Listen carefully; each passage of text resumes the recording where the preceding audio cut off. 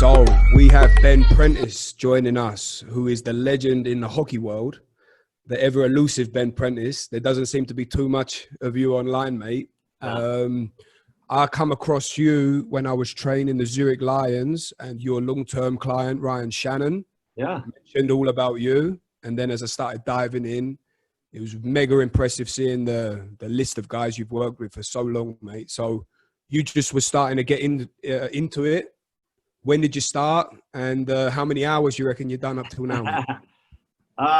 Yeah, so you won't see much about me online. I'd say I started, it's probably the same story that you've heard from a lot of your clients, your podcast guests, is that, I graduated college on a Friday, and that Monday, I think I trained 14 hours of people at my first gym.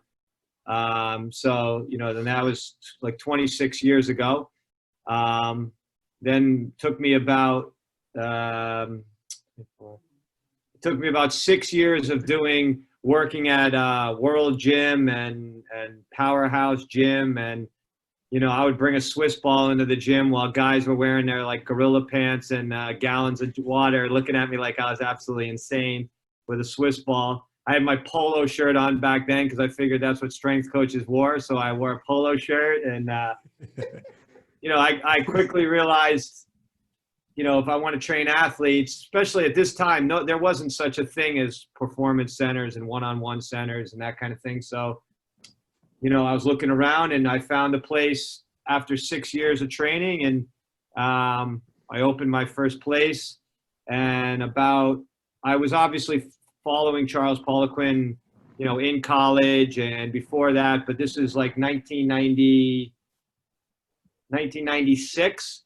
I went out to Colorado Springs. He was in the basement of which is now T-Nation, just a website, but at the time, T-Nation had a magazine, and they would publish a monthly magazine, and Muscle Media 2000 would release these cassette tapes. I'm dating myself, and they had like Dan Duchesne, all sorts of gurus at the time on these videotapes, and so I heard about Charles, and I went and did an internship with Colorado Springs, and I was first exposed to training Olympic athletes. Tara Knott was she was the last woman to win a medal in in weightlifting for USA. She was in Colorado Springs. I got to see her train, and then Charles had all these hockey players come in. So I went and did that. Then the following year, he called me and asked me if I wanted to work with him. And so basically, I opened my gym, and it was a sacrifice to make to go move out there to go to Arizona for 4 months to sort of train NFL and NHL guys for him. And I did that for 3 summers until the point where, I was able to kind of get my foot in the door with some athletes and get going on my own. Cool, mate. Happy days. And I mean, your first facility, was that the one, it kind of looked like a garage? Yeah. So the Players Tribune actually did a really nice video, really cool video on it. It's a garage. It was an old, it was like 1,800 square feet. And like I said, I opened that in, it was 1999, but 2000 official opening. And I was there for 16 years. And we banged out, Stanley Cup champions, Calder champions. We had 3 people that were in the Olympics, London Olympics. And we would have, in that little square foot place, we would have, 15, 25 people at a time. We had wheel equipment out of the gym to put outside. And, Louis Simmons, when he first came out with a prowler, I had the first like white little prowler, and we started doing that, and wheelbarrows, and we started having a modified strongman day. And, we joke around that today the guys in the gym with the turf and the air conditioning it's a lot easier than pushing on pavement. That's for sure.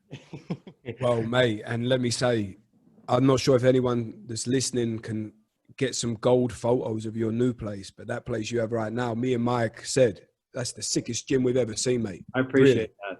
Really? Well, thank you. Yeah, we should have put that into the intro. The nicest fucking private training facility I've ever been in. period. Well, it's pristine, bro.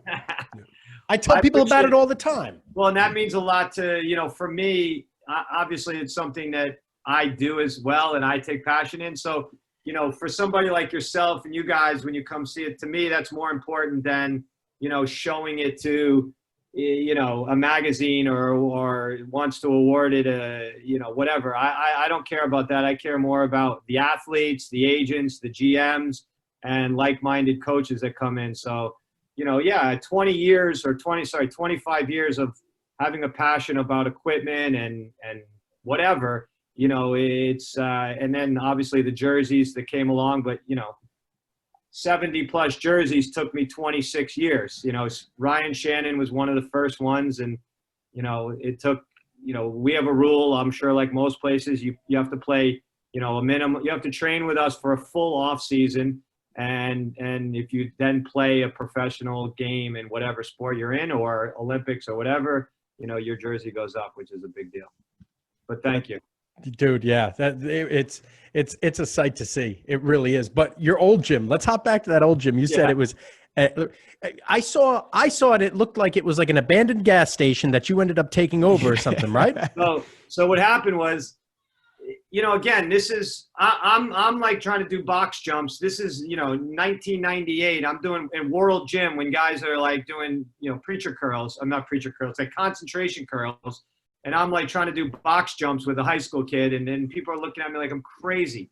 And, at that time, like I said, Paul Check just kind of came, he didn't invent the Swiss ball, but, he brought the Swiss ball to North America. And, so I was carrying my Swiss ball in the gym and doing stupid shit on there that, I probably shouldn't have at the time. But so point being, I was like, all right, I got to get out of here. And what, I'm a strength coach and athlete. I don't know much about business per se. I don't know anything. So I'm just going to go to the richest town and try to find a gym, right? So I'm driving around and I found this perfect spot, but it wasn't it was in a neighborhood. So that was the other thing that was weird. It was like, if you drive by the gym, it was a gas station in a neighborhood. So there's like beautiful houses behind it. And, it's like the suburb. And so anyway, I called the guy up and it's literally an old man, he's not with us any longer, super like nice guy. And he said, no, I'm sorry. I just rented it out to a yoga studio. I'm like, oh man, that would have been a perfect spot for me. And then I said, all right, well, let me know. So anyway, he calls me back like a week later and she couldn't make the down payment. So he's like, you can make the first and last months you're in. And, again, I'm 25 at this time. I have no clue what I'm doing. So I get a silent partner. I put up the money. Again, at this time, you can't buy equipment on your own. So I lease all the equipment, which they don't even think they do that anymore. I lease all the equipment. And again, I'm like, I don't understand all of performance at this point. I'm basically going on what most people did, right? So it's like bodybuilding. So I'm buying like flex equipment, hammer strength equipment, like all this shit that, quickly. The gym, when I first opened it, I have like one piece of equipment from that time, and everything else I like sold off and, it changed with the times. But yeah, I mean, it was, it had wood floors, it had wood floating floors. So we literally probably, 6-7 times weights went through the floor. We went through 2 floods, two hurricanes. We flooded the gym. We had a fire. We had numerous people like go to we had like 3 or 4 people in an ambulance go out. I mean, it was a crazy time back then with shit that like, we had random, like Fabio was there. Like we had like random people come by, and word just started like coming by that there was like little gym, at the time, again, there was nothing like it in terms of, but nobody heard about it just because, that wasn't my thing. And my whole thing was always like, maybe I did it the hard way, especially with the new generation of social media. But I was like, I'm just going to earn everybody by word of mouth from each athlete, sort of either taking their shirt off in the locker room and they're seeing like, holy shit, which happens still, or more like performance on the ice kind of getting it rather than, through agents or whatnot. The agents and the general managers referring people kind of came, 10, 12 years down the line of me just banging it out. I mean, I would do 75, 80-hour legitimate weeks where I would train like 55 sessions a week, and then, you know, managing the gym. And, you know, I started with one coach. And again, nobody understood this. They would walk in and go, hey, I want to work out in your gym. This looks cool. I'm like, no, you need an appointment. It's one-on-one. They're like, oh, that's never going to work. I want, you know, they're telling me that's not going to survive. You can't do one-on-one training. And I'm like, all right, well, thanks. We'll see what happens. So, you know, and then I started hiring coach after coach. And then at the very end, we would have like 4 or 5 interns a summer. We started sending guys to get college jobs. And the last summer, we had 11 coaches training 40 hours a week, 40 sessions a week in that little 2,000 square foot place. I mean, you're literally stepping over guys, and like, we're bringing shit in, out. I rented a pod. We would bring a yoke outside, use it as a squat stand, you know, you name it. We would just, you know, but I was like, look, I'm not going to a bigger facility until I am bursting at the seams, until I legitimately have to, because again, when we started getting busier, you would see all these cool looking brand new gyms and huge turf and this and that. But you know what? None of them were making any money. And even to this day, you see a lot of cool looking gyms, but they're empty, or, you know, they're not making money. So I get it. It has to be a passion too, but you know, we all like to make a living. Yeah. So that's one thing that I've always said from day one of opening my gym. I was originally in 1,000 square feet, my first spot, and I think it cost me like $1,000 a month. Yeah. And I was within another facility, and it was this tiny little thing. And then I ended up having to create a running lane, so I ended up getting like 1,500 square feet. And if I could still be there, I would. People said, "Hey, when are you going to expand? You guys are packed." I said, "Absolutely not.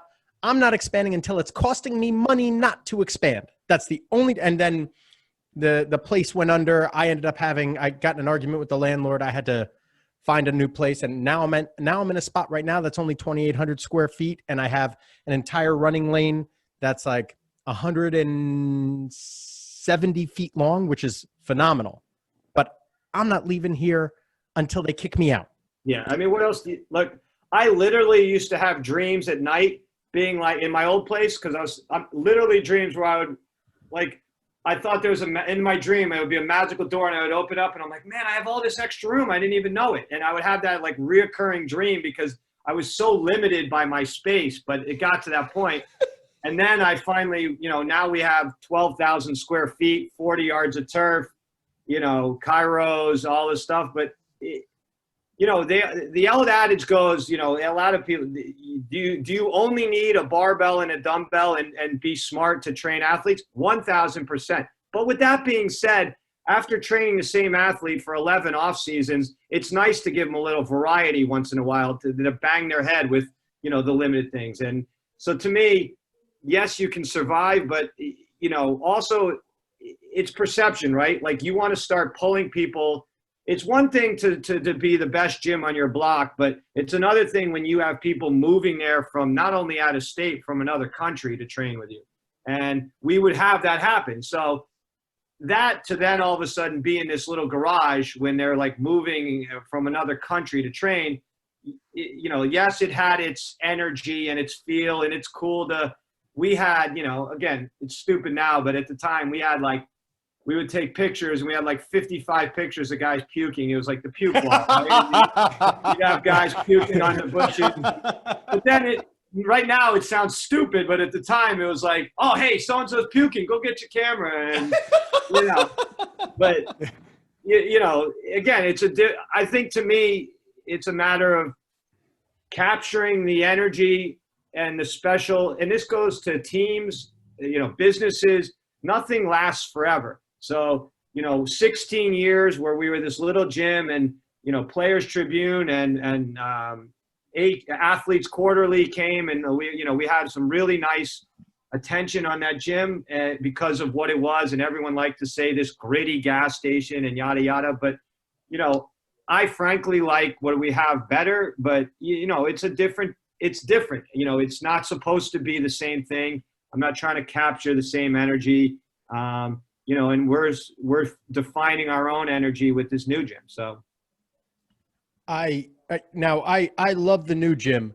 I can't imagine with, the very little that I know about you, but from what I've seen at your gym, I can't imagine that 800 square foot gas station being gritty.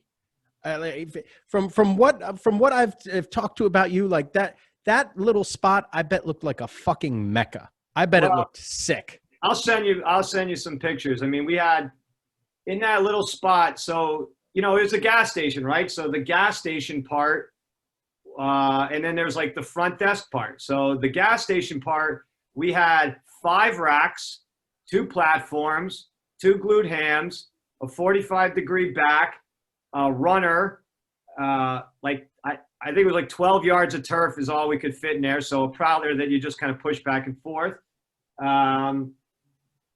And that's it. And then like pictures of it. If you look at the Instagram that we have, you'll see like we do throwback and like we'd hang all the bars on this was before they made like those cool weightlifting, that everybody has now for the bars that they hang on the wall. We would hang everything on the wall, get everything off the floor. So it was definitely, but outside was, sort of the gritty where, you're pushing a prowler in some 95-degree heat and humidity and, cars are driving, like all the housewives will say, oh, we like that gym in Darien because we see all the guys with their shirts off outside. And, so it became people driving by and it was cool. But, again, I say to my guys now, I'm like, look, 16 years ago, we didn't have 1080 motion. We didn't have force plates. We didn't have timing gates. We didn't have all this technology, but we somehow still produced, champions and all-stars and national champions in college, and people went to the Olympics, and we didn't do half that stuff. Now, I'm not saying, obviously times change and you grow, but the point is, I think, people get so obsessed with trying to create something new that sometimes you lose your coaching ability on what you're doing. And I'm just to blame with that because I'm constantly, like I'm sure you are or anybody, giving your athlete the best and you're searching for the best. And sometimes you pass what you have, go digging for something and it's not there and you lose of what you have. So, it's a good thing for myself, even though we use all of that now and because we have to report to different general managers and coaches and give them data. But, to me, that's the number one problem with young coaches. And I know I sound old, but is that they are so obsessed with technology and data, but nobody knows how to coach. Nobody's trained anybody. So, you're getting all these kids out of school that want to quote Verkhoshansky or they want to talk about the strength speed continuum, but yet they literally cannot coach somebody for one session. And I see it for the past 15 years. I've had interns come in and I see it all off season. And the other thing is a lot of these people, I draw the analogy of like in football, right? How many offensive coordinators are unbelievable offensive coordinators, but are terrible head coaches? And they're great offensive coordinators. Or look at your car dealership. Your best salesman on the floor might not be your best manager. And it's the same thing. These smart, science-y that want to talk about all of the, again, the force velocity profile. But when it comes to coaching a squad or a split squad, whatever, they can't do it. And it happens all day long.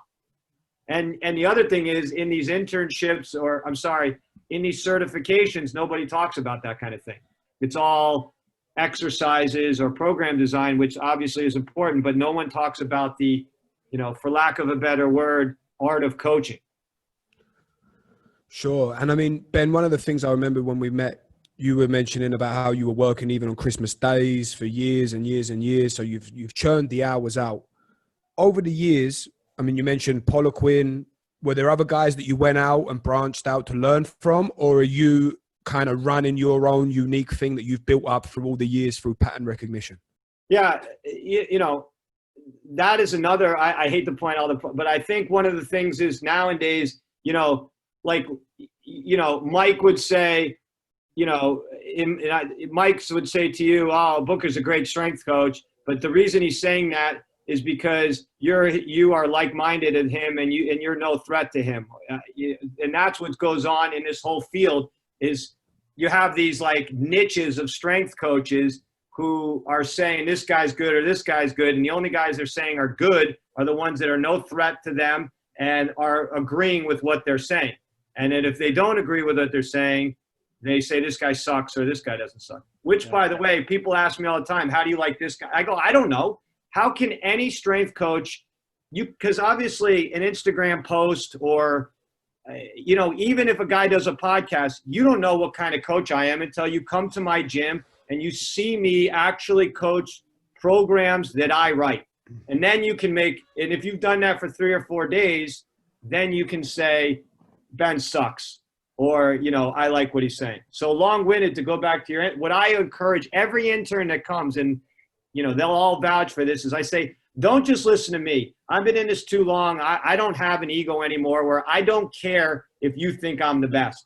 I'm here to make you better. So what I want you to do is not just listen to me. Go out and listen to other people. Go spend time in other people's gyms. And then make your decision. And then if you want to only listen to me or, get your information from me, well, okay, then you've heard other different variations. Because guess what? I hate to burst every, egomaniac strength coach out there, but don't get too carried away with yourself, because at the end of the day, especially if you're in team sports, there's so much you can't even quantify what you're doing other than in gym metrics. I mean, guys get so carried away with, I changed this guy's career, I did this. I mean, there's so many other factors that play into it that, to me, to hand it down or to pay it forward is I learned from my mistakes. So in the beginning, basically I learned from Charles. At the time, Paul Check was out there. And then there was, Donald Chu. Donald Chu was like the plyo guy at the time, and then Louis came out, with his reverse hyper was first advertised in Charles's Poliquin principles, because he would talk about, he gave Milos Sarcev reverse hyper extensions. So, we could back up even further, but my father got me into this. So like my father was a mechanic who, in 1973, we drove out to California, and, he put me in, I grew up basically in Gold's Gym in Venice, California with Dave Draper and Arnold Schwarzenegger, because my father was a power lifter. So he moved from Connecticut, me and my mother, he put me in the crib, and we drove cross country so he could live in California and train. So, so the long story short is the reverse hyper, my dad buys a reverse hyper. This isn't like, I don't know, it was like one of the and he had it in his garage. So we had a reverse hyper, and, at the time we're like, what the fuck do we do this thing? I mean, this is like, this thing just hurts my hips. I don't know what I do with this, but yeah, Louis says this is the best thing ever. So we just started messing around with it. And then I finally brought it to my gym, but we had a reverse hyper in like 1996 or something. I don't know. Crazy. So taking it back to the old facility, when you first opened, what were your because you were a kid when you opened up a gym. Like I didn't open my gym until I was already working for DeFranco for, I don't know, like 6-7 years, something like that. And I had already see. Right. So yeah. There was a lot of shit that I learned not to do by watching him. You know what I mean? What were your big, like, oh shit moments when you first started? Well, the first one was, I guess like everything, like I tell guys, you can't, I at the time I didn't go into it being like, I hope in 2020, I'm going to own a 12,000 square foot place and, work for a pro team and do all this. Like it was more like, let me survive the week. Let me pay the bills, training people and wearing sweatpants to work, like that kind of thing. And then it starts to become, man, I got 9 employees that have kids and they are relying on to go through what we're going through now. And when we were shut down, and I'm responsible for these people and their families. And so then it becomes real. So back then it was like, look, I know, I'm an athlete. I love being an athlete. I love sports. I'm like every strength coach. I love working out, but, you know, obviously that's different than being a coach. And, you know, being a coach is different. So it was just get as many people in the door as I can, and then let me sort of see what works and doesn't work. You know, I like you work at one place, so you're going to take those ideas or what you don't believe in. So going back to what Alex said is, you know, when I was looking at all these people in the beginning, what I encourage people to do is go look at these guys. And then if you don't like them, you cross them off the list. And then you kind of narrow down your beliefs. And then once you get to that point, there has to be a time where you have to stop being a professional student and get in the game. And so for me, it was like, go to all these seminars, go to all these different certifications, read all these books. But I learned the most by making mistakes in the gym. And, you know, then training with working for Charles, you know, Charles would write the programs and hand them to me, and I trained them. And I would see there where I'm like, you know, man, this doesn't seem right to me. I would do it differently, but who am I? I'm a fucking peon. This is a guru. You know, maybe I must be wrong, or whatever the case.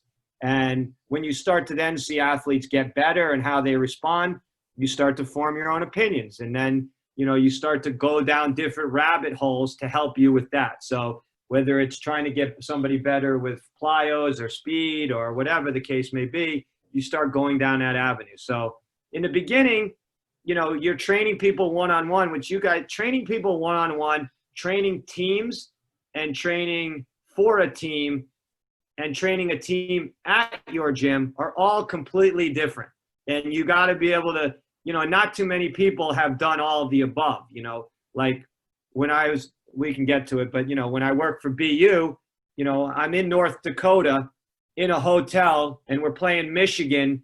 Oh, I'm sorry, we're in Michigan, but we went to North Dakota, same thing. And I got 27 dudes and I'm like, all right, get in your underwear. We're jumping in the pool and I'm going to potentiate you for a game in 4 hours. You know, where else do I learn that? You know, you don't learn that, you figure that shit out. And then you're like, all right, this works or it doesn't work. So, and then when you take the team and then when a one-on-one, you know, it's different energy in different ways. So in the beginning, it was all one-on-one because that's the only thing I knew. I didn't know that there was sort of team training or small group training. So the hardest thing for me, I think, was I wrote the programs for every single person in there all day long, and I never let anybody else do it. So not only am I training 40 hours a week, but I'm training you, and I'm worried about in my corner, is this guy doing this right? Is this guy doing it? I'm like, hey, slow down, drop your knee, chest up, put the bar this way. Hey, put that away, clean that. Oh, and then I'm trying to coach my guy at the same time. And that would take away from my athlete and what I'm doing because I'm trying to, you know, being a great strength coach and running a business are not the same thing. So, you know, you have to master all of them. And again, nobody at the time is teaching me that. So when you were off on your own, were there any, like, when you first started, were there any like whoopsie-daisies where, oh shit, like I got this guy, I thought he was a better coach than he was, athlete dropped a bar or athlete did this, and then shit hit the fan from there? I mean, because life is never just one big success story after another, right? Like there's a lot of shit that goes that hits the fan at some point.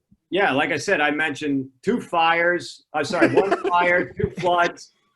And, you know, over the course of 16 years, I don't know how many, but, you know, I probably fired, you know, I don't know. In 16 years, I'd say 10, 12 people.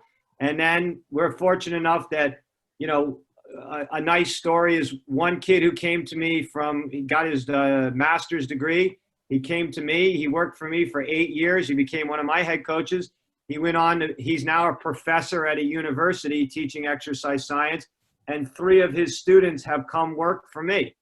I guess it shows old again, but like, it's a nice, that's nice as well, you know, besides just sending coaches to teams. But, you know, so, you know, one of the problems when you're young is that you're trying to be friends with everybody and you're trying to like have everybody like you. And whether it's hanging out with the guys outside of work, which blurs the line of boss to coach, or when it comes time to like trusting somebody to write a program And they're like, hey, we're buddies. You know, we hang out. We're going to do it this way. And like, no, it needs to be this way. So for me, learning lines of draw definitive lines when you hire somebody. You know, I learned also, like, you know, I could care less about a certification. And back then when I was not brainwashed, but I was a young kid, everything was like, well, do you have a certification? So, all right, you know, you have this certification. All right, we'll hire you, or we'll see how you can do. Where now, I don't care if you're a painter and you want to be a strength coach in my gym. If you intern for me for, you know, I don't know, I don't put a number on it, but, you know, 6-8 months, chances are, if you have basically, if you can't make it at 6 to 8 months of interning as a strength coach, then chances are you should probably pick a different profession.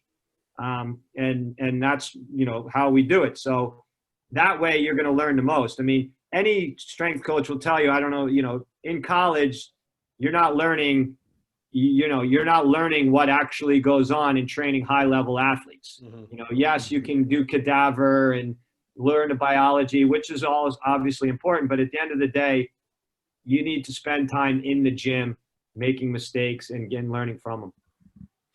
Yeah, and I guess that's absolutely crucial, because at the beginning you weren't starting off training the superstars of the NHL.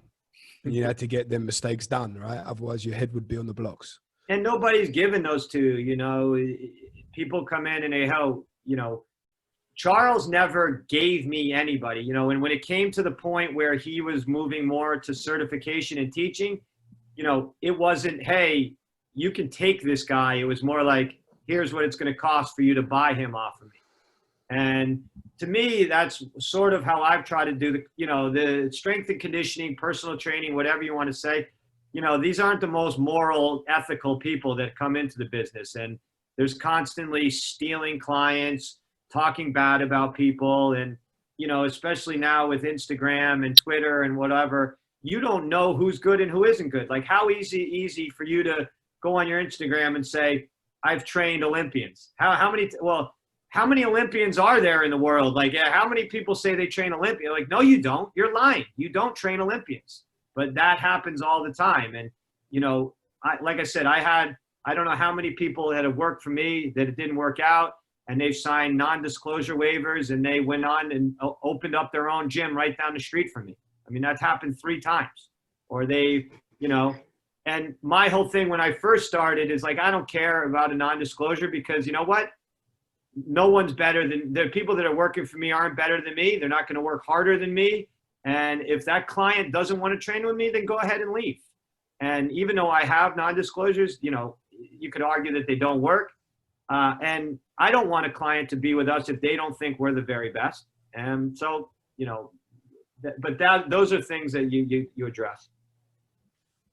So in regards to training now, you said sometimes you kind of get lost in some of the tech, and, you know, you don't almost like go back to the roots a little bit here and there.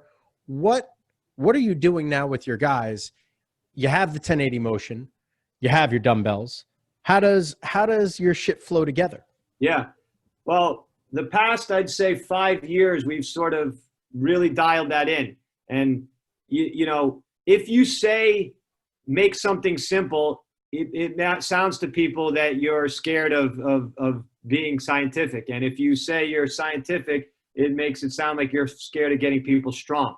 You know, the mentality in hockey, unfortunately, from trainers or strength coaches that don't know how to get people strong, they've brainwashed, especially elite players, to now think that it's not a good idea to be strong. And it's a dangerous thing in this sport where strength is not really held at a high regard in hockey strength and conditioning.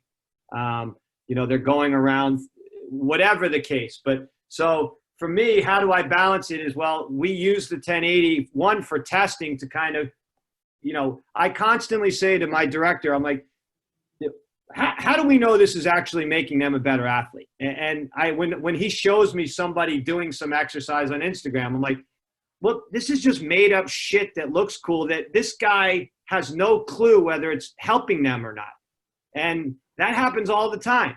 So we have to catch ourselves and be like, well, wait, is this making them, you know, faster on the ice, be able to, is this increasing anaerobic alactic capacity? Is this making them more flexible? Whatever the case, we have to ask ourselves that. So at least with the 1080, we're quantifying things, and it's telling us bilateral discrepancies. It's giving us, we're using it a lot on muscle contraction training. We're using it on a lot of isokinetic / isometric work, which has been, there's really nothing that I know of that can give us that. So for isokinetic work, it's been game changing. For being able to overload eccentric. So if you can change so it can go 2-to-1 ratio. So you can do a 2-to-1 strength curve. These things that you can do on the fly. But to balance that out, we haven't gotten away from, I think it's happened to us. We've gone like, you know what? I forgot to use this exercise for like 3 off seasons. And why did I do that? And, you only have typically 3 months at the most. And you're like, man, I just, because I got carried away or whatever. And I decided to use this one instead of this one. And we also found that when we keep it to all the exercises that we think help them, it's easier for us now to collect more data and to quantify it even more. So if you say to me, if you came into your gym and you're like, isokinetic lateral push-off sucks, that doesn't work. I go, yeah, you're wrong. I know it does because I've been doing this for 6 years. I have the data, such and such that does this. I also have his on-ice performance, and here's how it transfers. So if I have an answer, then I'm able to, if I have the data, I have an answer for you. But if I'm doing some crazy shit that just looks cool, and you say to me, well, Ben, how does that make them a better hockey player? I'm like, I don't know. It just looks good. I mean, you're doing yourself a disservice, but how many high-level people that happens all the time? So are you, I know you kind of split your workouts up into specific phases, right? Like you will have an isometric phase where So what we do is sort of a concurrent where you have a different muscle contraction every day. Okay. And we've done that for 4 or 5 years now. I used to do not a conjugate, but what I did was call it upper, lower, and then upper, lower dynamic. So we had 4 workouts a week. So it wasn't maximal effort, but on those first 2 days, it would be waves or clusters or, something strength. And then the other 2 days would be, when we get going, concentric oriented dynamic work. What I found was, through reading and through trying things out, one, I found it's not necessary to absolutely fucking destroy these guys every single workout. And, when I was younger, and they liked it, right? So it's feeding the ego, especially like you just kick the shit out of them and you think that's working harder or they're getting better because you're kicking the shit out of them. And what happens is, what we were seeing is they weren't able to transfer as, yes, it still worked, but to me, they weren't able to transfer to sport as well. So, because again, hockey's a little bit different than other sports in that you can't just you can't just go shoot hoops every day. You can't just get on the ice every single day and not have it affect.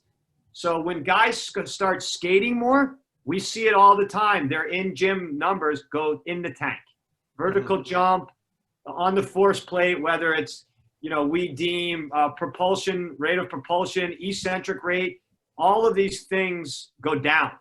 Eccentric rate of force, just their jump height, their sprint time, it all goes down because they're skating more. And skating, whether it's neurally or fatigue from it goes down. So by changing muscle contractions, I'm able to manipulate when they're skating through their schedule.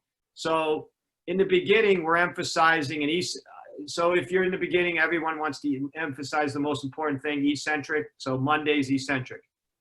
Then Friday would be speed or plyo or concentric. But when they start getting closer to season, we reverse it, right? Because eccentric, they're strong enough, or we don't want that eccentric component. So now all of a sudden speed becomes the idea. So the velocity stuff is on Monday. Now, what we're also seeing, which we change with people, is we found that, all right, nobody wants to train on the weekends. You know, Charles used to say all the time, professional athletes, blah, blah, blah, it doesn't matter whether it's family, kids, they don't want to do it. And yeah, you could force them to do it, but so the template we use, Monday, Tuesday, Wednesday is our mobility, flexibility, stretch day. Thursday, Friday, Saturday, when needed, is an aerobic work and or more mobility. And then Saturday and Sunday, and then Saturday, when that gets taken off closer to the season, Saturday and Sunday become off. So what happens? They go play 36 holes of golf on Saturday and Sunday, and then they come in on Monday and we test them and they're shit. Yeah. They're tired and fatigued. And what are you going to, so we're like, all right, now we can't have eccentric on Monday because these guys are fatigued. So what's better? We move ISO. ISO all of a sudden potentiates. So then we switch it around. And then in those different muscle contractions, we will do periodization where you can still increase accumulation and intensification. You know, I came from an older school when I was younger through Charles, where Charles trained people much like bodybuilders.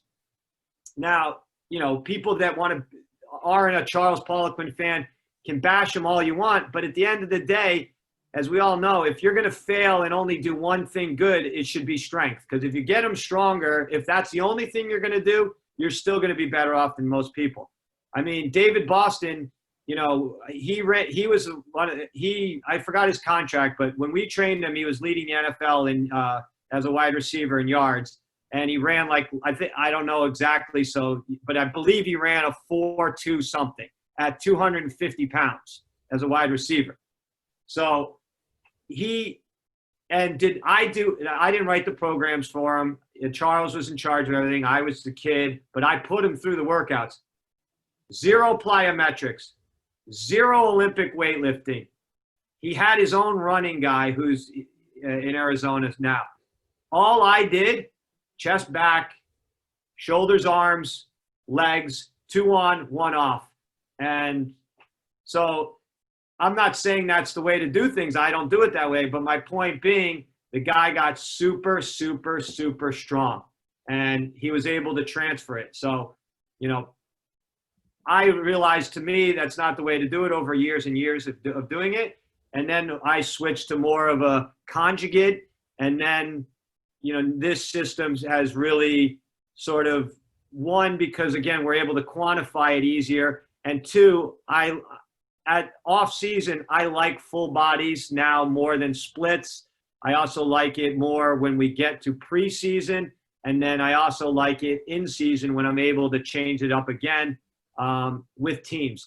So we, you know, last year I had 4 high school teams where I would go to the schools and we would have up to 27 kids in a weight room with just me or one of my coaches, and we would go. And we're, you know, that's in season. So all of a sudden, you know, again, in hockey, you got to remember some of these junior teams, like a U15, could play 70 games in a course of 6 months.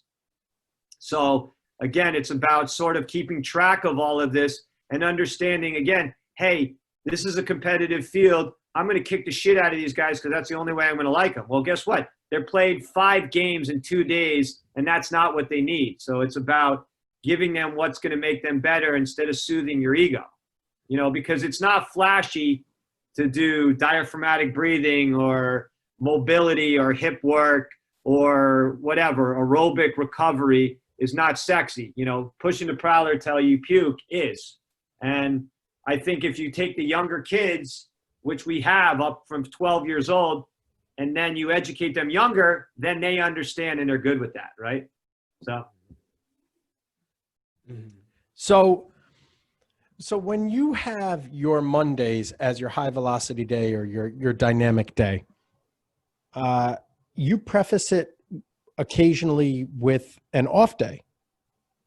Yeah. So on Sunday, so Monday's your dynamic day, Sunday's your off day. Sometimes. So I used to do that a lot. And do you know Dan Paff is? Yes. So Paff Paff had given a lecture on this saying that you don't want to preface, and Charlie Francis said this shit too, you don't want to preface a high intensity day with an off day. You want to preface it with a low day. So on my Sundays now, if I know that Monday is going to be something, I have the guys do low intensity aerobic work, something, right. They go through the warm up or anything. Have you, and they respond, they seem to respond better. I don't have anything quantifying other than what I see, just the data, you know what I mean? So have you toyed with anything like that? 100%. We've tried it all. And all due respect, you know, I'm in the real world and I'm in the battlegrounds, and some of the shit that, you know, would I do it, what I want to do ideally sometime, and I'm dealing with hockey players, which again are not the most explosive, high velocity guys. So yes, we've toyed. That's why we also toyed with the idea of, hey, let's do an isometric day, which will potentiate the high velocity day. So we would do ISO on Monday and then our high velocity stuff on Tuesday. Now, you know, I've spoken to Christian Thibodeau, who I respect as a super smart guy.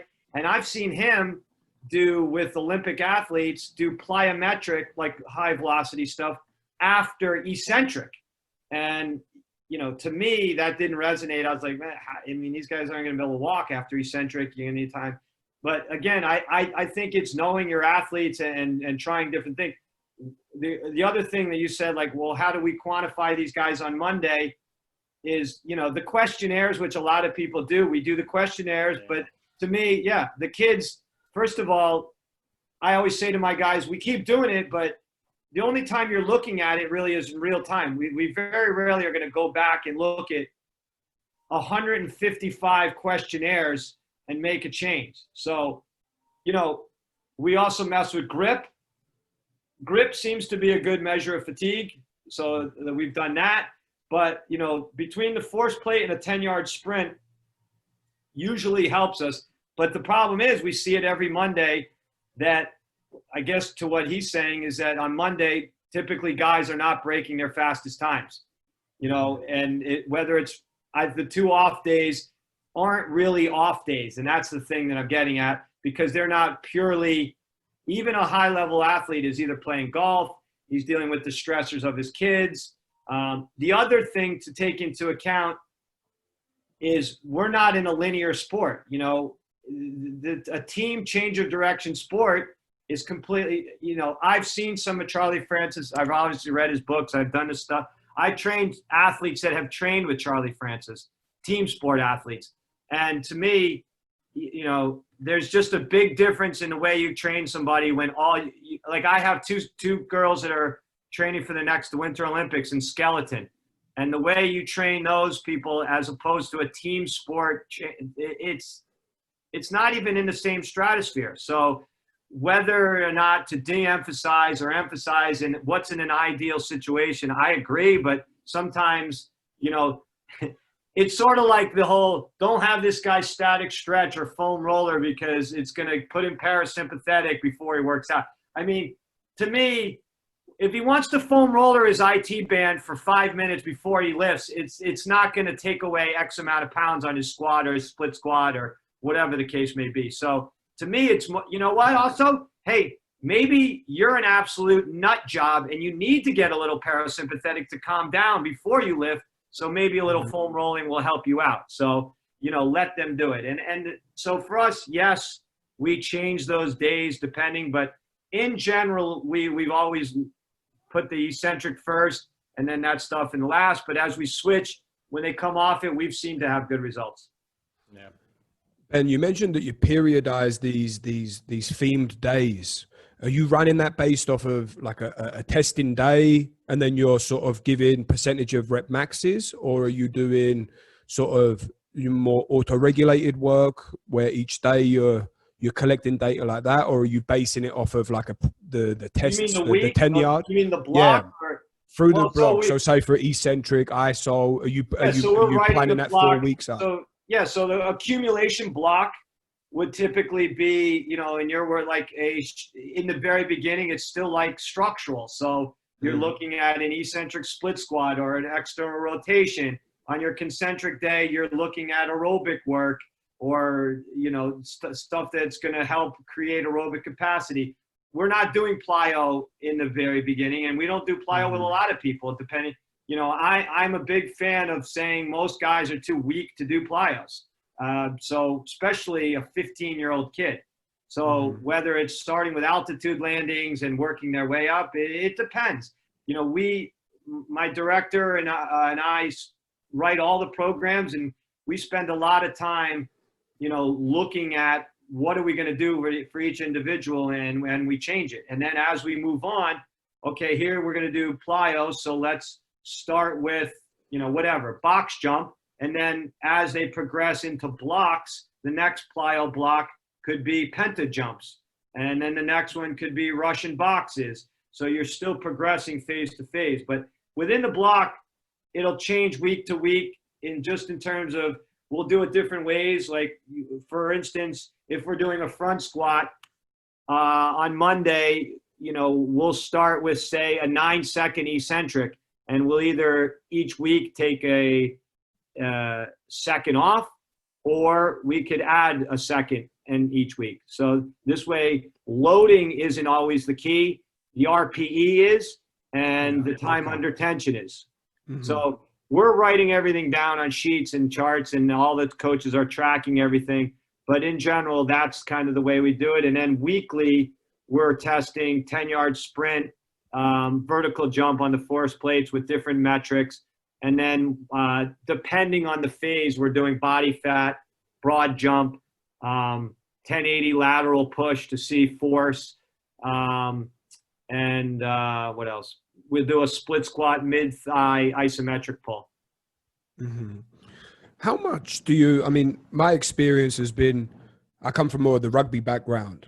So linear movement is very different than hockey guys. And I always like to joke and say a lot of hockey guys walk like a pregnant duck. You know what I mean? Just their body is just completely adapted to what they're doing. How much do you, I mean, I know what you're saying about plyometrics, and I find that some of these guys, their landing mechanics, it just looks like it's a recipe for disaster. How much do you focus on trying to fix some of these sort of discrepancies or disbalances, because they're all standing cockeyed, you know? Are you playing around with that, or do you let the body sort of do what it's got to do? That's one thing that we, you know, so as Mike was saying, that's one thing that I constantly go back and forth with. You know, early on in my career, we did like zero mobility, and guys didn't get hurt, and guys got stronger. Zero conditioning, where you let the practice or the skill of the sport condition them. And then we start to learn more about FRC and all of these different RPIs and all these different things. And you start to then get carried away with that. And then you lose sight of another thing, and then you have to regain. So to me, the answer is we try to incorporate these things depending on how bad. So for us, the biggest thing that we see, you know, obviously these guys can't run. So we figured that out. I mean, people don't know, but no jokes aside, like people, you cannot get these. So that's why we keep it at 10 yards. Anything over than that, I'm telling you, and I've seen it for 20 years, they cannot run. I've seen. And if you have them try to get any faster than that, they're going to hamstring, bang. Because I used to, when I was younger, I would say, all right, we're going to do hundreds. I'm like, so 3 hamstrings later, I'm like, that's it for that. I'm not going to do that anymore. And we cut it down. And we just started messing around and seeing for years, the 10 yards seems, so we start to test them on the ice. And then we start to see, okay, yeah, the guy that jumps the highest, has the furthest broad jump, is the fastest, or is in the 1-2%, and is the fastest on the ice. So us as a strength coach, does that mean I'm making him a great hockey player? No, but that's all I can do. I mean, then his skill acquisition is up to him and his skills coach. Like, if you're going to take a wide receiver in football and you're going to have him do all the same things I just said, but if he can't catch the ball, that's not your fault as a strength coach. You know, that becomes something different. And that's why I'm saying we do what we do and we measure what we can measure. So with flexibility, we found that the foot and the ankle is a big, big, big issue. Like if you look at any hockey player, the problem is a 16-year-old hockey player today has done nothing his whole life other than play hockey. They're not athletes anymore. They'll like to tell you they are, but to get to that level, since they're 5 years old, the only thing they've done is skate. Where guys my age and younger, they played lacrosse, they played football. They didn't play football because that'd be the same season. I don't know, football, baseball, whatever have you when they're younger, and then they specialize in hockey. But now they play hockey and hockey only, and year-round. They don't get out of the skates. So these overuse patterns happen, and the lack of dorsiflexion, the medial malleola is like something you haven't seen. It's like it's like a hockey. It's like a hockey malleola. Yeah, it's like a callus. Yeah, it's like a ball that just comes out. The heel spur basically from the skates. So, and they have no arch in their foot. Most of them are really flat-footed. So without getting into all of the posturology, which again, early on, I got carried away with that, and I'm doing all this posturology stuff. And, again, I really couldn't quantify it. So, you can quantify it with a muscle test, but there's a muscle test I don't know. So we stopped doing that. What we just did was, a long time ago, we got into barefoot training. I mean, what does it quantify? Well, I've seen guys arch, I'm talking pancaked arch on the floor.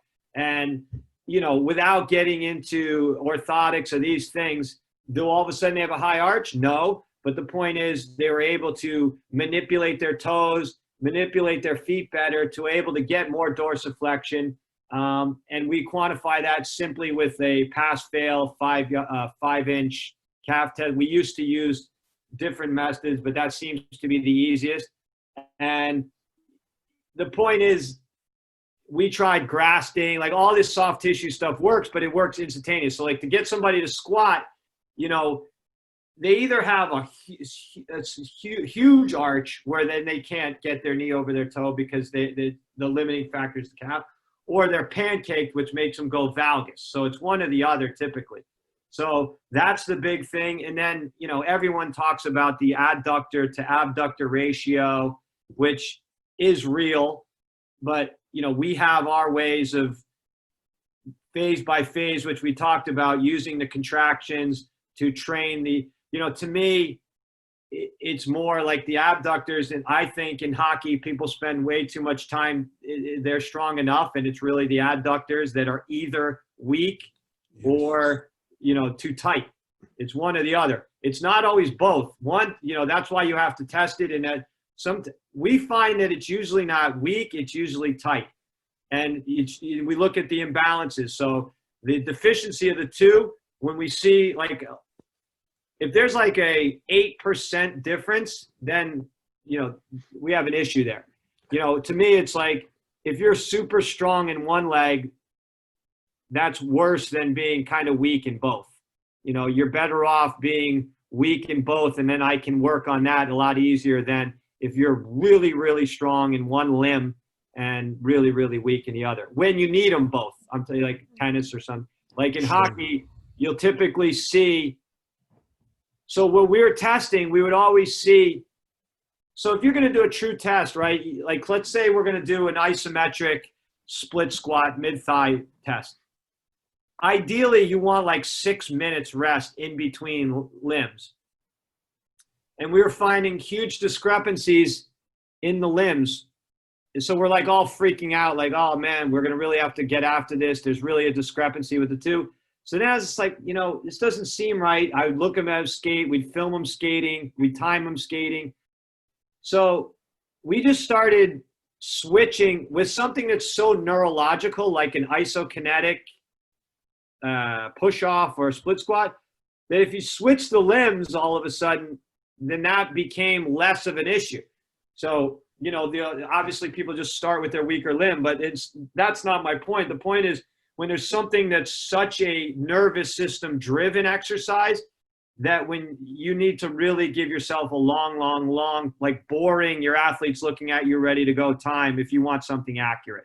Otherwise, don't get so carried away with you know, one leg's 327 and the other one's 200, because well, that would be a lot. So like 327 in one limb and 280 in other would be a red flag. But then when we switch them, all of a sudden it becomes less. Or if you're looking at the angle of the wedge that you're pushing off of makes a difference, because it's how they're used to getting their angle on the skate. So when we change the angles at how they push, their scores are different, because they're used to pushing off of one limb differently than the other. So all of a sudden, if you're constantly starting on this right where they always drive like this, then you're testing it on a different wedge angle, the scores become different. So again, we would never know that unless you just try different ways. Their adductors seem to be sorry, Mike. Their adductors seem to be such a sensitive topic for hockey guys, because I've found the same. I mean, especially if you take their adductors out to their natural full range, they're so weak there. I mean, if you're getting them to put any sort of isometric force in, they're so scared of that too, because that's obviously, you know, not just connected to their balls, you know what I mean, but in general for their performance state.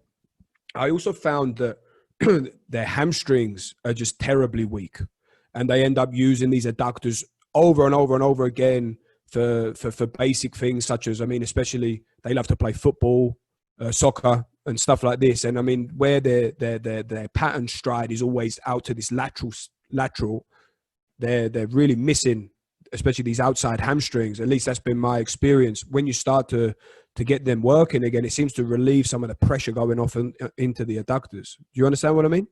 Yeah. I mean, 1,000%.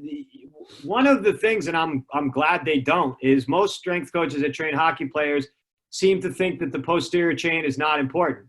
Yeah. And if you look at the way they skate and when they fatigue, when they're changing shifts, it's not the lactic acid of their quads, which it does happen, but typically it's fatigue in the lower back. Why? Because when you're skating, you're isometrically contracting your lower back all the time. Now, let's train the piss out of the posterior chain, which we've done.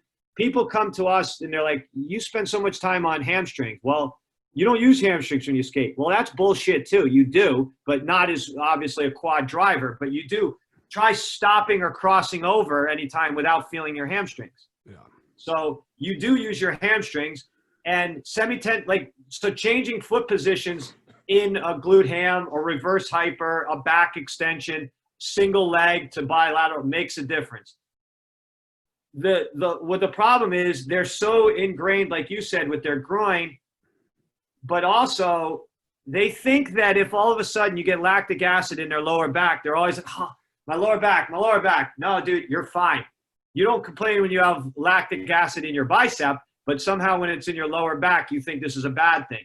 So, you know, conditioning them with whether it's the reverse hyper or 45-degree back extensions, or I don't like pull through. I like sled pull throughs, low pulley pull throughs. I don't like, you know, whatever. So the point being, posterior chain work is and the stronger the posterior chain, you know, I remember talking to Mark Lindsay, who's a very, very high regarded, one of the highest in terms of ART practitioners. And he was like, look, you want hernia prevention? Train the posterior chain, glutes and lower back to prevent, and lower abdominal. So gar hammer raises, things like that, and posterior chain, because they tie in. So in phases, going from closed chain to open chain to isometric to eccentric, training and then going high velocity on the adductors as well. But to me, again, I think also if you break it down, I myself get carried away with the lateral push-off, but you don't skate that way anyway. Yeah. And that's why I'm not a fan of slide boards, is that you don't skate side to side. You know, yeah, you can use a slide board in the very beginning when they're not skating and being in a time when they're non-specific. But as they're getting close to a specific sport, why are you trying to mimic the same thing that they're already doing? And in a way that they're actually not doing. You know, that's not how they skate. If you break down what we call an oscillatory or propulsion in skating, that first, the way they skate, it's essentially 8 strides, and they're pretty much almost at top speed of the propulsion. Now, that, if you slow it down, slow motion on skating with running, it's very, I didn't used to think it was the same thing, but the first 10 yards is very, very similar, the way they sprint and the way they skate. And that's something that when I was younger, I didn't believe in or didn't do, but I've seen it over and over again with what we've done through research and then obviously through our own, that when you videotape it, you slow it down, especially the faster skaters, they're less stride like this and more chopping, running, oscillatory like that. And then typically, if you have them, you know, and then they start running and they literally run. If you get a guy a hockey player who hasn't run at all and you start doing, they run, this is them running full speed. They don't even use their arms. They're like running like this with their legs moving and they don't even move their arms. They have no idea, or it's this. And to me, it's a wasting of coaching economy to like spend hours and hours and hours that you might need to do with a running athlete. It's a waste of time. And you have so many other things to do that if you keep it short and sweet with a few cues, we've seen guys get faster and faster, and they can get faster just with 10 yards from their weight room work. Yeah. Yeah. So that's what I was going to ask. I was going to ask how much running you're actually doing with your guys. And then you said the adductors are typically tight. And my question is, why do you think that is? Do you think it's just constant? I mean, they've been training the adductors eccentrically for the most part for forever, right? And they've been jealous of stretching them. Yes. And they've been training their abductors concentrically forever. But, and then off ice, even more so. Yes. And their adductors less, or when they do, it's typically, you know, Copenhagen's have become so popular. But it's typically not to get them strong or not specific. So in different planes of motion. So to me, training the adductors in the same eccentric motion, because you're right in that to me, it comes down to the way they skate. So when you look at each guy, certain guys, you'll say, you know what, it's not it's totally a weakness. It's not a tightness issue. And then it can be the other way around with somebody. And I've seen guys, for instance, I know a guy, he's a private client of mine, but he's on a different team. And they're constantly using the what is it called? To test the adductors. It's like they make the hamstring one too. It's they're like the Nord board thing. Nord board. Yeah. So they have a groin board. And this guy has had 0 adductor issues, no problems. I've trained him this is my 13th off season. Never had a problem. Started having groin issues because they want to justify this machine, and they test him every week. Mm-hmm.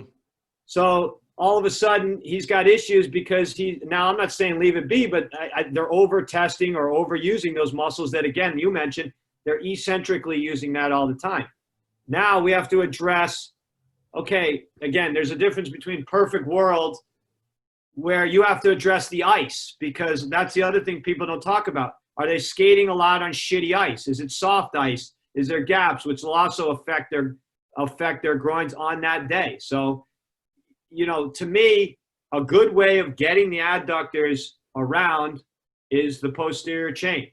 So, you know, training those all, and that's why something like a sled pull through, concentric action only, where you're kind of getting all of it. And then again, look at, I mean, the split squat, the way we do split squats, if you look, is a big adductor exercise as well. I mean, that'll recruit your adductors in the bottom position as well. So depending on what you're doing.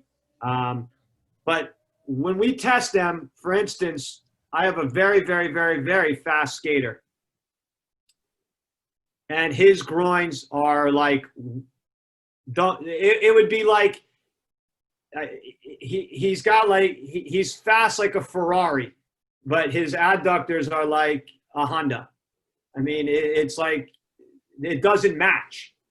So then I'm looking and I'm figuring out, like, this guy is super fast. How do we make this better? So that's the issue that I went at is, well, let's stop spending so much time in abduction, more posterior chain, more adduction, because he's super strong in quad dominant exercises anyway.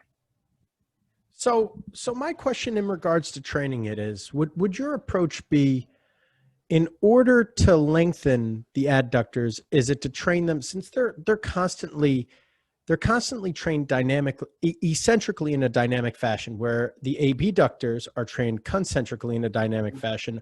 Are you going eccentric abduction to take the stress off the adductor and concentric adduction? Are you doing something like that in order to flush it out? Not all the time, but yes, sometimes. Like, so my point is, we'll train the adductors eccentrically, isometrically, and concentrically. Why? Because sport is played with all three muscle contractions, and that's kind of why, why we devote our training that way is, that's how sport is played.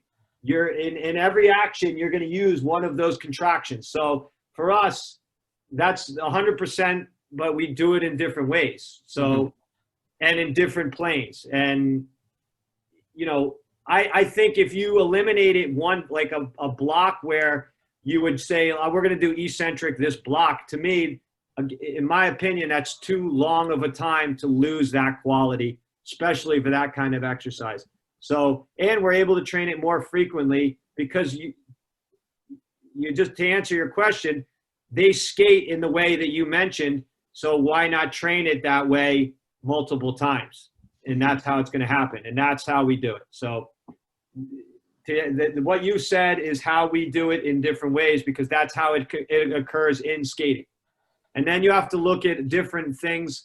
Like, are they wearing sneakers? Are they not wearing sneakers? How are they pushing off?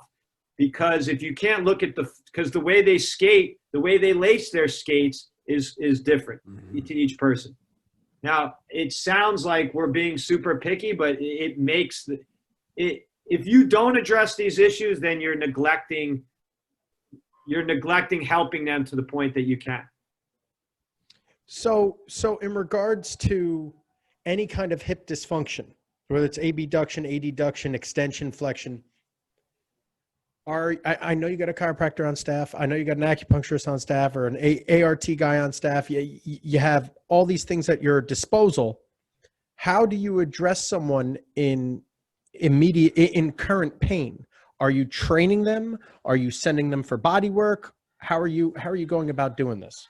Well, hopefully we don't have that other than in season, when they're where they get hit by a foot, get like a non-contact, something that we can't control, or, it's acute. Like, we don't, there is no lingering issues. We will personally address ourselves. Like, my thing is always, if a doctor ever tells you don't do anything, to me, there's always a way to do it. And there's always something you can work around. And luckily, the doctors that we have, whatever the issue is, they'll treat it and then we'll train it. Because I've always said soft tissue injuries require both. And one without the other typically isn't going to cover it. Meaning, if you just get treated, most athletes, or a lot of them, especially the younger generation, just want to lie on a table and, get massaged and get worked on. And some of them become obsessed with it. And that's good, but unless you train what you just treated, you're missing out on actually getting that recovery, or it's going to happen again. So getting ART or grafting or whatever the case may be, or stim and acupuncture or the ARP or whatever it is, you need to train, not at the same time, but, train that muscle as well. So when we see somebody get hurt, obviously they'll go get treated if it's acute. If not, we'll typically change the program in whatever the case may be, and obviously sharing notes with whoever it is that's getting treated. But very rarely off season, unless it's acute, is an issue. I mean, it's usually, I always like them to do maintenance before something happens, right? I mean, it's always working the lower back, which we also, the tight hip flexors, which can lead to the lower back. So getting the hip flexors, the psoas is a big driver with that, lower back.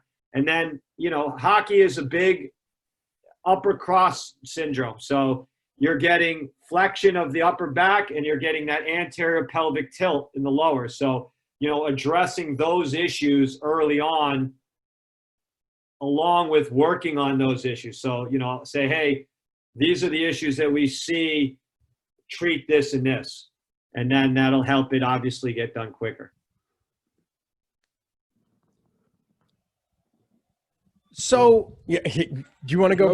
No, go. So in regards to training guys, when you have, I know you have a particular way, like you have your template that you kind of go off of, and you know, you auto regulate with each guy from that template. What do you do when you get the old vet that is really fucked up? Like, how are you, and he can't do half of this stuff. How are you modifying that then? I have the oldest guy in the AHL, which is the, you know, the minor leagues of the NHL. I have the oldest guy in the AHL. And I also had a guy who was the oldest guy in the history of the NHL to lead the NHL in points at an older age. So that's a good question, because to me, you can't train the same way, and you can't do the same things. But then you also can't say, you know, we're going to do, you got to still, it's a sport that requires power. And, you know, I draw the analogy of a guy who's played in the NHL for 15 seasons is basically like a, you know, 2002 Mercedes-Benz with 300,000 miles on it. Like, that's a lot of wear and tear, and you have to treat it differently. So obviously recovery plays a big thing, but to me, I found that you pick your spots in terms of intensity, but you also shortening the workouts, eliminating things altogether that they just don't need to do anymore at that age. Because also think about it, again, we're dealing with a sport where the skill of the sport can cover a lot of things. So if a guy's been playing for that long, chances are he knows how to put himself into good positions. He knows how to think the game. He knows how to play the game. So you're, as a strength coach, now it's keep him in the game for as long as we can, right? So at this point, he's probably not going to get faster, but he's going to get faster by staying the same. So we keep him the same as long as we can. And that means he's getting faster. So to do that, you know, again, it's a course of knowing your athlete for as long as you are. You know, some of the impact things, you know, we won't back squat as much anymore, and we'll do more single leg things with him. We're still doing some speed strength work, but it's different. There's less multi-contact plyometric sessions, you know, keeping an eye on, like, I've never done a plyometric session where you're worried about X amount of jumps that Verkus, you know, it's like, come on. So we're not counting contacts, but it's certainly, you know, not exceeding 100 contacts. So those type of things. And also what I found that works is he works out less. And I didn't think, you know, as a strength coach, we want him in the gym all the time, right? You want to feel that what you're doing is helping, but, you know, we cut him down to 3 times a week, and guess what? He's strengthened all his numbers, and everything are as good. He feels as good. He hasn't been hurt once, and he played all his games, and he's doing well with three workouts a week. So to me, obviously, as we all know, you'll get more as a younger person. You can do more, and you're going to get more gains. But as you get older, that's slower to happen. So cutting him back to 3 times a week has helped, and he's done well from that. Yeah. The less is more mentality really takes off. And with my older guys, it's funny. My pro guys that I get are always older guys or they're young guys that have been fucked up, that got some serious injuries, because I mean, the way I train, we were just talking to Mike Boyle about it. I train like a pussy now. You know what I mean? Like, cause I know the risk reward with certain things, like the wear and tear that some of these guys will be put on, to me, it's just not worth it. Right. Right. So there's a high, and especially as you get closer to the season, like I always say, like you have close to a season when you're getting somebody ready for a team that's not your team, meaning you don't have anything to do with it. You have a whole hell of a lot to lose and very little to gain in those last block 3 weeks or so. The point of training, but you also, that's not the time. If you've trained properly the entire off season, those 3 weeks are not a time that you need to make up something, So and I've seen, like, the last thing you want to do is have somebody with a hamstring or a lower back right before he's about to go to training camp. That's a great way to lose people. And if you just let off, all of a sudden, if you don't do anything because you're too scared, well, that's not going to help them either. So it's the experience of knowing how to, I have guys train, in hockey, there's this thing called a morning skate, which is depending on the guys and who it is, they hate it. And, some of them it's mandatory. But what I have seen, especially for a lot of people, is to do like a potentiation workout in the morning of a game has bode really well for people. And we did that at BU. A lot of times we would do a 15, 20-minute workout for a 7 o'clock game at like 10 o'clock. And how do I know it works? I'd see guys on the ice like pointing to the legs, being like, I feel really good. I feel really good. And so we then started messing around with even doing that in warm-ups before the game, doing some I brought my K-box there, and I would have literally 8 guys with their gear on, just no skates, jump on and do like 5 quarter reps before they put their shit on and go out on the ice. And they absolutely loved it. I wish I could do more of that, but and we would do stuff with guys in between periods sometimes. So, but again, it goes back to what you're saying. It's kind of knowing the athlete and what you can get away with, I think. Yeah. And what do you think's made you so successful at keeping your clients for such a long period of time? I hate like the lame thing that no one wants to hear and thinks, oh, this guy's full of shit, is I truly care. And, I remember one of my high level pro guys who, sort of like Mike was saying, he came to me sort of a grizzled vet and was like, I don't want to do this. I don't want to do this. I don't want to do this. This is the way I've done things. I'm really successful. I've already won a Stanley Cup. And you can't just be like, well, look at me. Look at all my jerseys on the wall. I didn't buy those at a gift store. Trust me, it's got to be more than that. So in the beginning, it becomes a little give and take. And then they trust you and they start to see that, you have their best interest. But one of the things he said was, is that he liked me or really liked the fact that I was always available. Now, some strength coaches will tell you, don't do that. It's not a good business. But frankly, it sounds hokey, but truly to this point, it's, I'll take texts at night. I'll train guy. One of the guys I trained, like we talked about Christmas, I was at his wedding and we trained the next day. And at the time it was like leg day, and we literally crushed his legs the day after his wedding. And how many other guys, the point is like, say I'm not going in on a Sunday or I won't do this. I mean, do I do as much of that now as I used to? No. But do I still care as much as I do? Absolutely. And I think that, but then at the end of the day, you can care all you want, but if you're not successful, then caring doesn't matter if you're not good at what you do. And so you have to be good at what you do, and you have to be successful. Unless you're a personal trainer. If you're a personal trainer, you don't have to be good, and you can still be successful. But it's true. But if you're a strength coach, where you have to make sure that you're successful, and meaning successful, not monetary wise, meaning your athletes do well either by performance and or injury prevention or those kind of things. So to me, I think it's my passion I don't like to use the word or use the phrase, you're the best, this is the best, because there's no fucking competition of who the best strength coach is. And there's no way to quantify it. Again, everybody calm down. You're good, you're good, you're good. We're all good. So everybody calm down about who the best is or who sucks. It doesn't matter.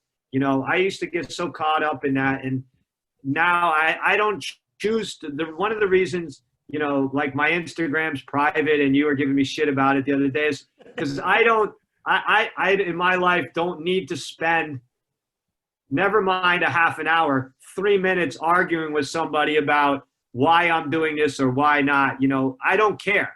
Like, I do it because I know it helps my athlete and I have the reasons behind it and I've seen it work. Now, if you're an intern or you're a like-minded guy and you want to discuss it and you want to come to my gym, that's fine. But I don't need to pontificate about front squat versus back squat or, you know, this or that. To me, again, you're not going to get a full taste of any strength coach and what they can do on a podcast or on Instagram, because Instagram is framed for what you want to see. You know, how many misses or bad attempts or things do you see on Instagram? So, you know, that's why when I did do an Instagram, I said, I'm going to do it private and I'm just going to put out what exercises that we use and the reasons behind it. And that's it.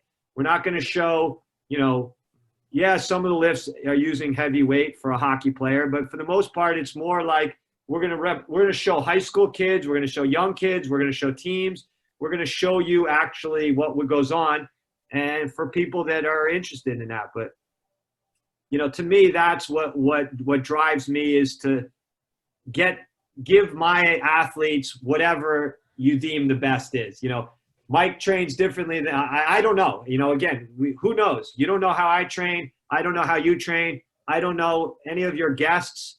They don't know how I train, nor do I know how they do. I mean, I'm frankly going off of what they say on Instagram or on your podcast. But, you know, that's why the best way you want to see somebody and what they do, go to their gym. And if they don't let you in their gym, chances are, you know, you're not going to want to learn from them, or they're not going to have something to show because they're not going to know how to explain it. Yeah, people DM me all the time. Local trainers, I don't give a shit. And they say, hey, can I come in? I say, yeah, sure. Open door policy, man. Come on in, ask questions. As long as I'm not fucking busy, come on in, no problem. Yeah. You know? And that's a way for them to, you know, and then, for instance, that's a great way for them to say, hey, I love what Mike's doing. Let me incorporate more of it. Or, you know what, I don't necessarily believe what Mike's doing. Let me scratch it off the list and let me go to somebody else. But that's what I encourage people to do, is to see a bunch of different things and then pick. But they're not going to know until they go and see your play. And by the way, you know, the most unrealistic people that aren't in our business have such an unrealistic idea of actually how professional athletes train. Oh, yeah. It's not a Rocky montage. It's not a Gatorade commercial. I always say all the time, if you see an exercise in a Under Armour Gatorade commercial, chances are it's bullshit and doesn't work, because it looks cool and it's good for that montage. But people think that these athletes are like something different than actually, you know, when I get interviewed from a paper or a magazine or whatever, and they're like, oh, let me, you know, I'm like, well, I don't want to burst the bubble, but a lot of times, you know, what they're doing is, you know, not the most impressive thing in the world. But the point is, they're getting better at what they're doing. So, you know, obviously different sports provide different stimulus and you can see different cool things. But, you know, with what we deal with at Alex, I'm sure, you know, it's not the most impressive in terms of weight. That's for sure. Especially not with hockey, mate. Right. That's what I'm saying. Yeah. But, you know, and I try to get them to say, hey, look, who cares? You know, that's why, like, you know, we use like, that's what I'm talking about, real world, right? Like 2 times your body weight to start doing plyometrics, like Dr. Stone will say, like, come on. Well, there isn't, I don't know how many guys, there is 1% of the NHL that can squat 2 times their body weight. It doesn't happen. And then the other half are super skilled, really good players that are thinking that, you know, they don't need to train hard or train their legs or whatever because, you know, so-and-so is good and they want to do what he's doing. And he's good because of his skill. So, you know, that's in our industry of hockey, that's a scary, scary proposition that's going on right now for sure. I think that's what makes it so exciting too, though, to be completely honest, because you can't argue that you're that important, you know. And I would say in hockey it's really true because the best guys are wizards and the best players that I've worked with, I mean, you know, most of them are really not that impressive at all. Yeah, I mean, and what do they always say, right? Like us as strength coaches, well, look, we have to get excited when a guy's jumping high or running fast or using big numbers. But then the skill guys go, yeah, he sucks at hockey, though. Yeah. Right? It happens all the time. That's what they say. They go, he sucks at hockey. Oh, well, I'm doing my job, so let me be happy about it. I can't – I'm not an on-ice skills coach or, you know – so and by the way, the skills guys are like, look, I don't need to do this. I mean, I had a kid, true story. It was a jump mat, not a force plate, so take what you want. But in 3.5 months, his vertical jump went, and this is a high-level player in the NHL, a foot. His vertical jump went up 12 inches in 3 months. And it's not, you know, first of all, that's how deep, and he didn't care. He's not like, he didn't come back. He didn't come back. I'm serious. For all these guys that are like, you know, so I go, hey, I had a kid. He made the All-Star team. His vertical jump went up 12 inches. He signed an 8-year deal or whatever. He's now in, and guess what? He didn't come back. I'm like, that's what happens because they don't quantify that it's that important. Like, because they're like, I'm good. Or he's like, you know, and we found, you know, that sometimes in hockey, the broad jump seems to cross over better than the vertical jump. So his broad jump went up 8 inches. So we're like, your vertical jump goes up a foot, and I mean, those are like fake numbers, right? I mean, but I'm telling you, it happened because I'm telling you, he didn't come back. He didn't come back after that. It was like numbers were too good or something.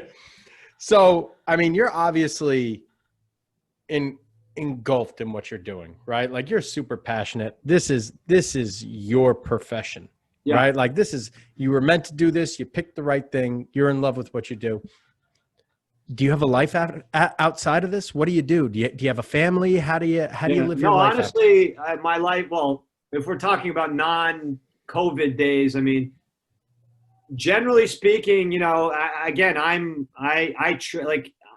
like my days off, I'm training, or I'm, you know, I'm married and I have a dog, and I'm sure you've seen him on a lot of whatever we do put out. He's on that, and that's it. And then maybe because I don't have kids, that, you know, I put more into it as well because I have the time. But, you know, I love to train. I mean, I grew up training and I grew up an athlete. So to me, you know, I'm spending all my time in the gym. Obviously, I like vacation just as much as anybody. But when I am on vacation, again, anybody will tell you I'm reading some kind of science book or some type of Russian literature translated stuff. And to me, you know, I get angry, and guys will tell you, and they're like, wow, where did that come from? I just get super angry when people that, you know, everybody has an opinion now, but, you know, they've trained nobody, they've put no time in, and they have no passion, but yet they're going to give you their opinion on how to do something. And, you know, I'd probably get kicked off if I started going on social media and I would just go on a rant. So that's why I just stay quiet about it. But yeah, so I spend my time training, going on walks, and, you know, I'm in, like this Sunday, even with 13 trainers, I was in the gym for 4 hours, changing stuff around, you know, cleaning, doing all these things that, you know, I was saying during the recession, you know, I did between the recession and the fires. You know, you can't have a front desk person. You got to do what it takes. So you clean toilets, you vacuum the rug, you write programs, you hire people, you fire people, you do whatever it takes. You return a call for a hopeful client on a Sunday. You know, you don't wait till Monday. You show as much passion as you did. Because look, I never lose for granted. Like we have people, Jersey, Long Island, we're in Connecticut for people that, you know, so we have people that drive an hour, 2 hours to our gym. I never lose sight of that, you know, and it's not like if they're 5 minutes late, I'm going to pull the bullshit. Oh, you're late, blah, blah, blah. I'm sure they're late because they're in their car for an hour, and I make sure that they're going to get their full workout in, never mind the time. We're going to give them the respect, and I'm also going to make sure that my coach who's coaching them, hey, look, this guy could have gone somewhere else. There's plenty of options. And by the way, I tell them all the time, being the best isn't just because you're the best strength coach and you have the best gym. Again, I don't know what that means, but you think so. Doesn't mean they're going to line up at your door. You know, a lot of the people that don't take, like a lot of high school kids don't take training. They're going to just go where it's closest to their house, or they're going to go where their buddies go, and they don't know whether they're getting better or not. Again, like talk about, so you have to, every person you have, even to this point in my career, doing this for this long, I mean, if you come to my gym, you know, you'll see me interviewing interns and meeting with our coaches once a week. And we're going, you know, whether we do book club or whether we do, you know, we write down questions and we do Q&As with our staff. And then, you know, I want my staff to know that they're, you know, I'm not trying to keep them down, so to speak. I go, look, I'm not, you know, just because my name's on everything doesn't mean that I don't want your opinion and value if you have an opinion on the way that we can do something better. And, you know, my director of performance, Rob, you know, I'm proud of him and how he's become, and I'm proud of the fact that he started as an intern, and we use that as he started as an intern with 5 other interns, and none of them are even working with me now. And now Rob has a family, and he's running the gym when I'm not there, and he's writing programs, and he's, you know, a main cog, and he started with us as an intern, and that's, to me, you know, the way that it should go, as it should go with your athletes. Like, we have, I don't know how many, 5, 6 athletes that started with us when they were 12 years old, and now they're in the NHL. So to me, that's a testament more. I mean, obviously there's a lot of luck, but we know we had something to do with that, rather than, you know, taking an NHL All-Star and, you know, saying you're the shit when he already's been an NHL All-Star, and he'll be an NHL All-Star without you. I say that all the time. You know, Marty St. Louis mentioned me in his Hall of Fame speech. He's mentioned me in all the things, but, you know, Marty St. Louis would be in the Hall of Fame if he never knew who I was. And I say that all the time. And, you know, he's a great, great athlete and a great hockey player, and his work ethic, regardless of who he trained with, he would have got to that point. Now, do I take pride in being a part of him for 13 off seasons or 11 off seasons? You know, absolutely. But again, let's not get carried away. Let's have a little humility in our game. That's awesome. You got anything else, Mike, or should we wrap it up there? Let's let him go. He's been here for over an hour and a half now. Ben, thanks so much, mate. It's fun, guys. Hey, appreciate it, and I'm glad to see you guys are doing well with this. Yeah, man. It's taken off. It's doing really well. So hopefully, and not like you really give a shit, but hopefully you get a ton of views out of this. And people. Yeah, I mean, it's all about. I was shooting the shit with you guys. We'll do this with nobody listening. I'll do it again. Yeah, I agree. Let's get you on again soon, man. And I got to get up to your one of these fucking days when my time frees up. I'm done with school in December, but once I'm done with school, I want to come up to your gym again, man. Absolutely. I fucking loved it there. That place was. I'm gonna take some notes and try to mimic what the hell you're doing over there with the decor, bro. Dude, I'm like, I have like this little office here, and today I had a couple of my buddies in. Puppy. You gotta frame that thing. I'm too fucking cheap, bro. It costs $500 to frame a fucking jersey. You kidding me? Not only frame it, but you gotta have it with like silver Sharpie on the red, because you know, that's so you can see it. So bro, no fucking bullshit. I had 2 people come into my room today because this is just like a random office in my facility that I just used today as a podcast. I had them come in today to check it out because I know how meticulous you are. And I want to be like, yo, does this look good? Is this okay? Because I just wanted to make sure everything was fucking good. I didn't want to hear any shit from you. Yeah. We laugh all the time. I go,